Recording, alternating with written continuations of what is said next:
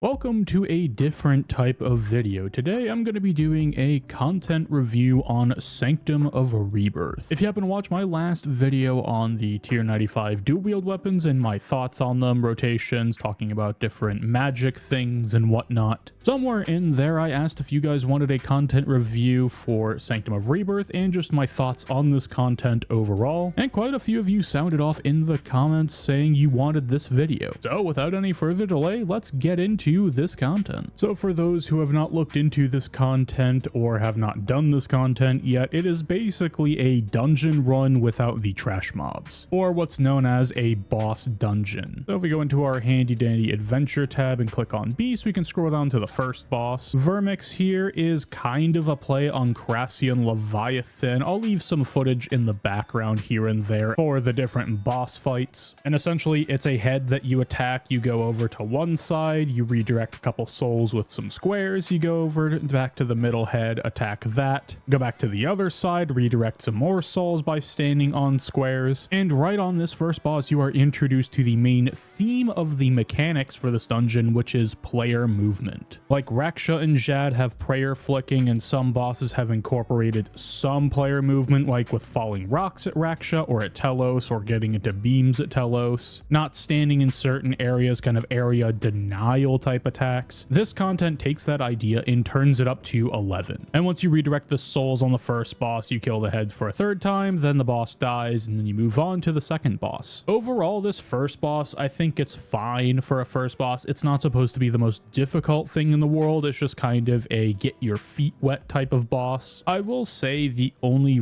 real disruption to the flow of this boss is having to do the souls and going on each of the tiles there. I understand why the mechanic is there. I understand why it works. It's kind of like a little break in between phases, but I typically don't like bosses that do this, where you're just dealing with player movement itself and not really worrying about too much damage or anything like that. I think there are better methods to sort of break up the flow of damage, but overall it's not a bad boss. I don't really have anything bad to say about it. It's the first boss of the dungeon. It's not supposed to be a giant butt kicker.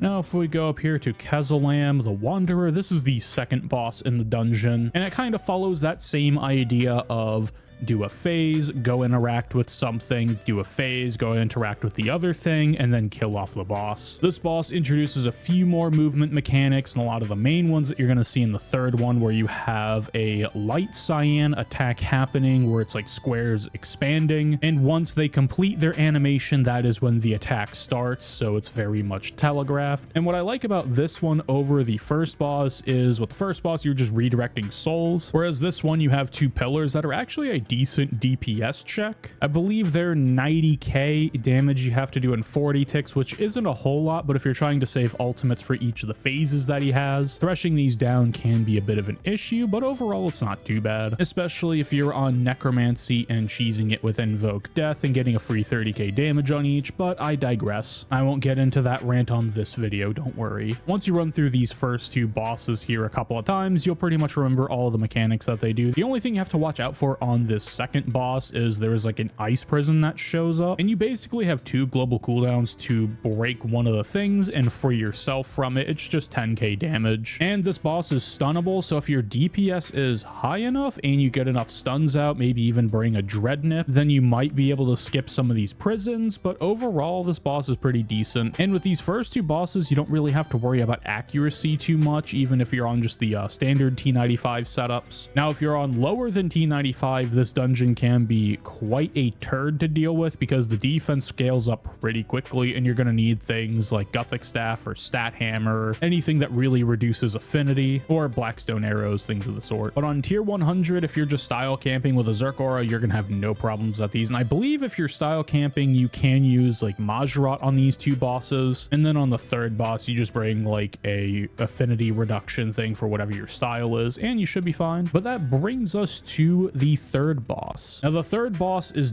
definitely an uptick in difficulty. It's kind of like on a scale of 1 to 10, the difficulty of the first boss is like a 2 or a 3. Like, you have to pay a little bit of attention because it's player movement, and we're not used to that so much because all other bosses don't really focus on extreme amounts of player movement. And the boss after that's like a 3 or a 4 in difficulty. But this boss definitely goes up to like a 5 or a 6. It is a noticeable jump between boss 2 and 3 compared to boss 1 and 2. Now, it's not the most difficult thing in the world, but on release, it was definitely giving me some struggle. It definitely took me a while to get used to it.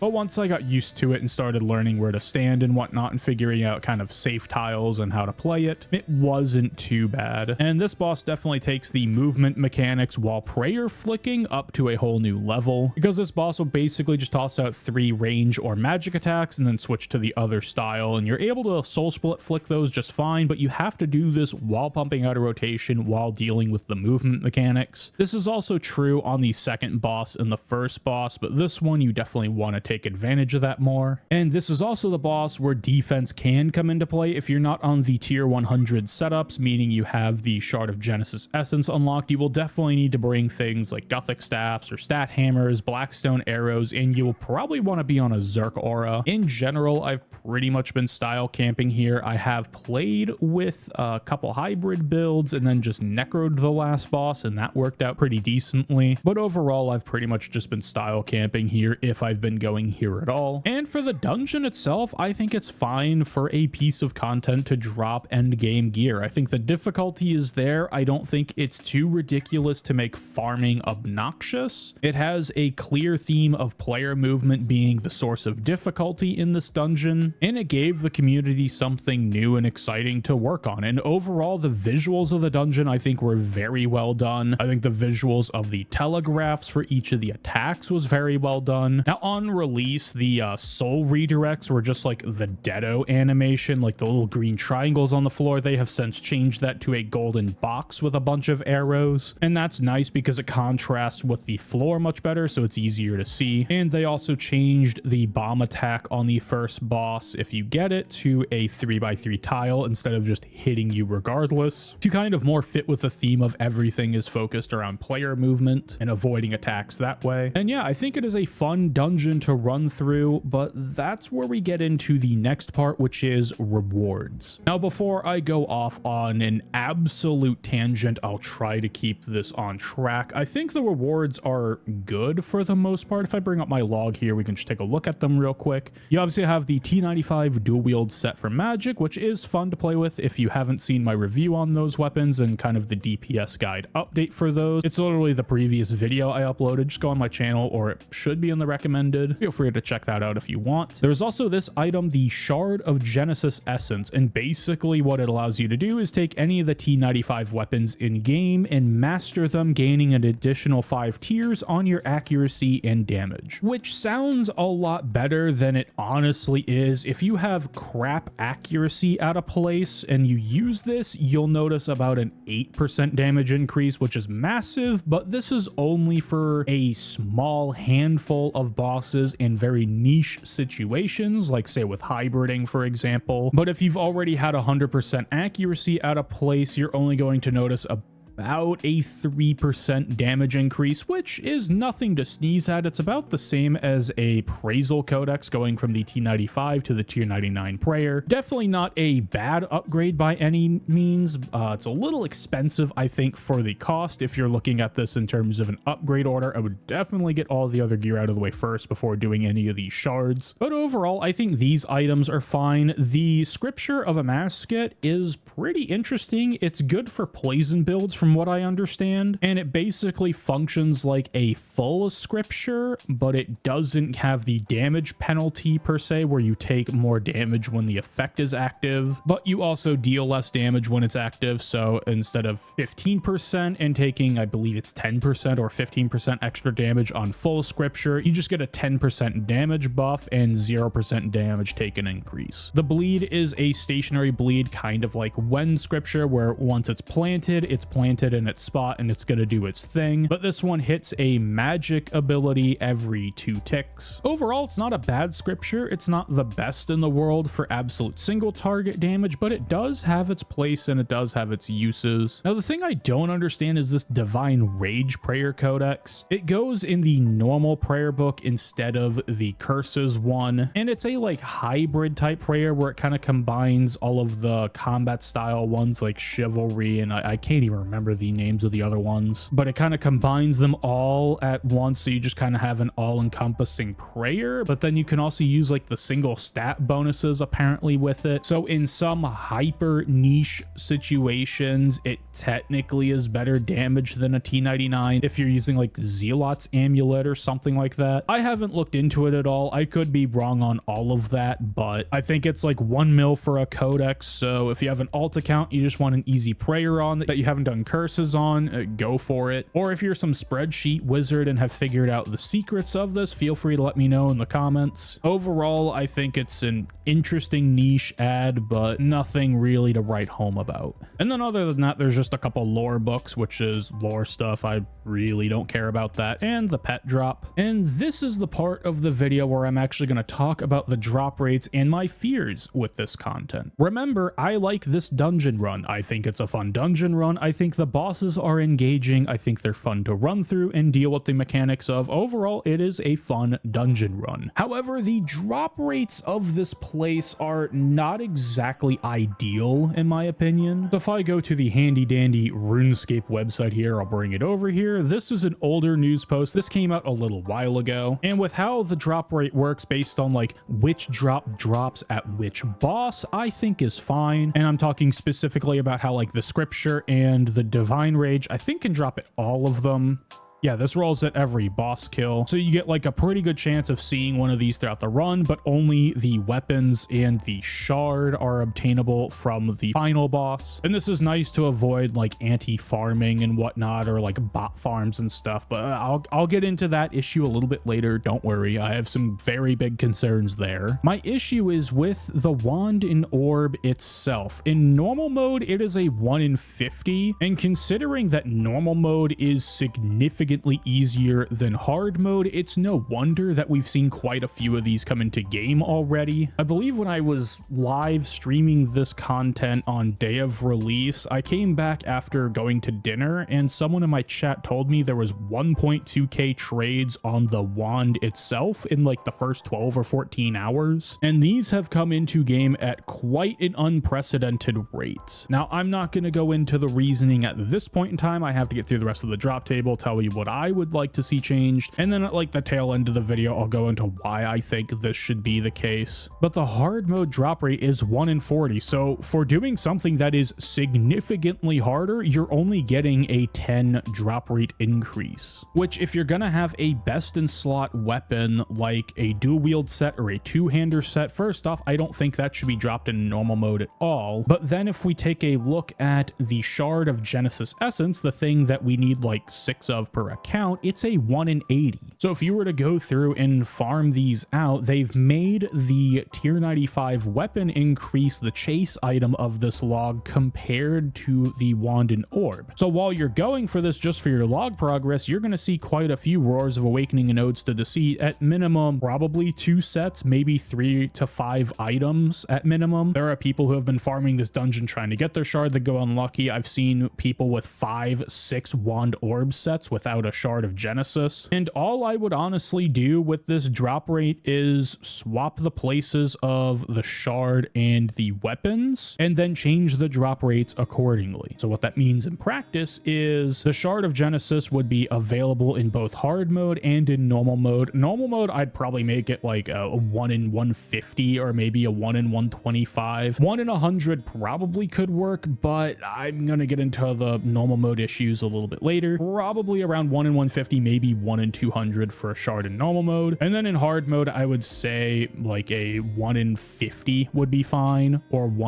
maybe 1 in 40 for a shard, because we're talking about something that each account in RuneScape in theory would need 6 times versus something that you would only need to buy once. And then the wand orb, I would just keep in hard mode only. I think 1 in 40 is too common for a unique drop. I'd say probably 1 in 80 to 1 in 100, because yes, on release we weren't getting that many runs per hour, but now we're seeing some top end runs go really fast, and necromancy on equilibrium aura is able to go very quickly, which I would say is definitely the most accessible method of doing this dungeon, is just running through with necromancy on equilibrium aura. I've seen Glotz write some pretty simple rotations that can get some very competitive boss times to the other styles. Shout out to Glotz, by the way. He's a really good streamer on Twitch. Feel free to check him out.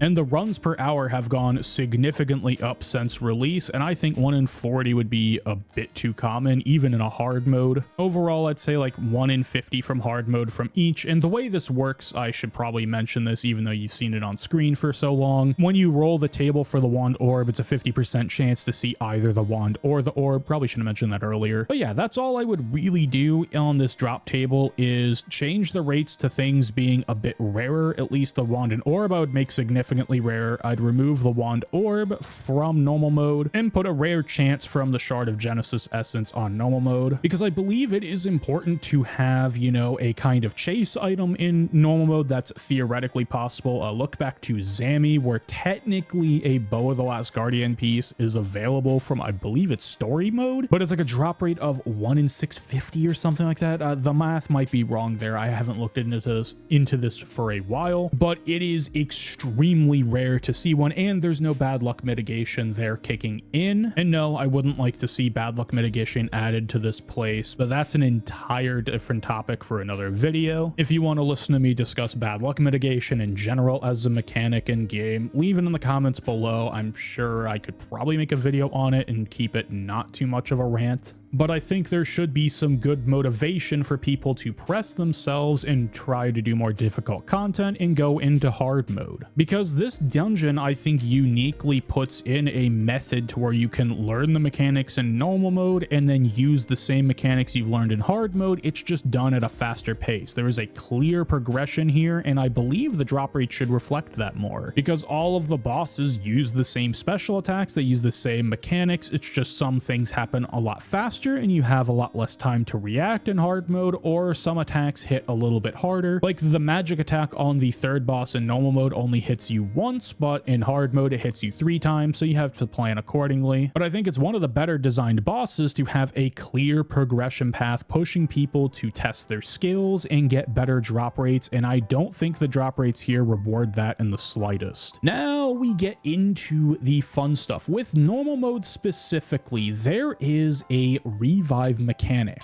where if you die, you are just suddenly resurrected as a get out of jail free card to continue through the dungeon. And while this is an interesting idea and it might be able to be implemented with like saving a downed teammate, like a CPR roll at Yaka or something like that, with that type of idea in place, what this boils down to be is a sign of life that doesn't drain your adrenaline and restores you back to full HP. And I think there's already items in game that do this role that allow people to learn, such as Sign of Life, such as Ring of Death. You have survivability things like necromancy, getting free use of Blood Reaver and not suffering any DPM loss. RuneScape has never been more accessible in terms of learning PVM or getting through and just chunking things with damage and having all of the survivability aspects in play than any other time this game has existed, at least for the amount of time that I've played. So I think the revive mechanic is absolutely overkill for normal mode. It was a nice experiment. I'll give Jagex that, like, hey, you got your data out, there is an experiment there, but I would never like to see this brought up in any boss ever again, at least in this specific iteration where it's acting essentially like a glorified Sign of Life or Ring of Death without any of the cons. Now, in the last video, there were people talking about accessibility and beginner friendly things and the wand and orb being so cheap is good because of these reasons of making these weapons accessible to newer players. And this, large in part, I just fundamentally disagree with entirely. I don't agree with the thought process of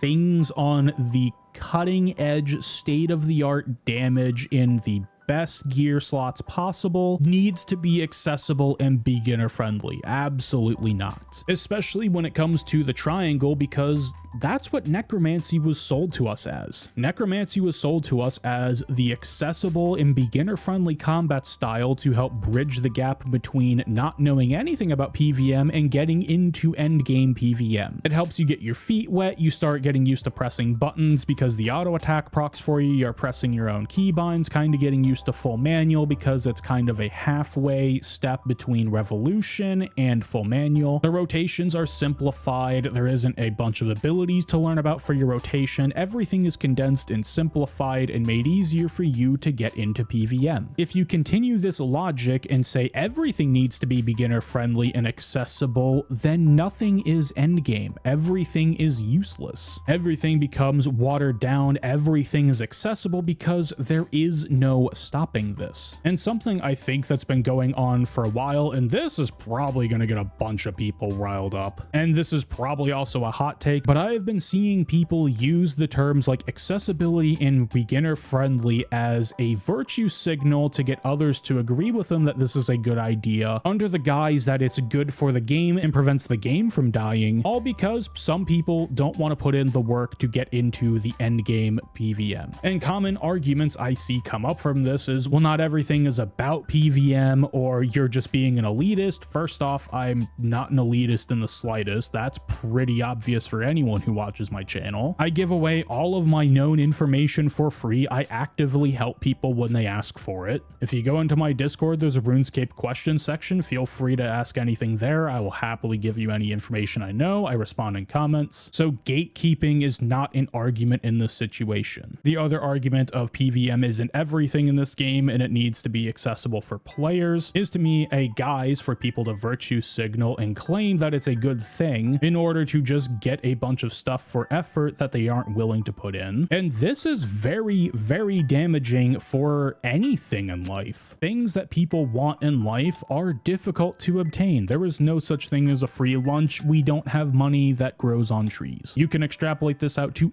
any facet of life that we have, and you will find that difficult stuff takes time and effort to work for. A lot of people want the title and joy of working up to that, but don't want to put in the work. And I think we need to be really careful and check ourselves when it comes to things that are quote unquote accessible and beginner friendly, because this could easily go unchecked and say that it is absolutely perfect for the game and there's no reason for it not to be in game and it's just good for everyone, because people like progression, people like difficulty. That's why they play RuneScape. We have all played RuneScape because it is a slog of a game, and that's what we love. I'm still nowhere near the best PvMer, and that's okay. There is still a lot of things that I learn every single day, and there's probably something that blows my mind that I learned at least once or twice a week in PvM alone. Chasing that standard of perfection, chasing the top players, it is always what's kept me coming back to this game and playing it non-stop. And if we continue on this path of making everything beginner friendly and accessible, then you've destroyed the entire skill ceiling. So that was a giant rant. I just cut out a bunch of other stuff from that. I continued on for another while. Let's actually get some data and numbers and get a realistic expectation on what I would like to see from this dungeon in terms of price of weapons, whether that be from adjusting drop rates like I stated previously of what I'd like to see, which I think should be in game regardless, or doing things like adding a T95 armor set at some point that makes elite tech like the base so we get better magic armor that's competitive with the other styles, to then bring magic's DPM even more in line with the combat triangle, because right now magic I believe is better DPM wise than necromancy, although I'm not 100% sure on that. There's a lot of RNG and improv, so it's hard to get an actual averaged out damage. But these weapons right now,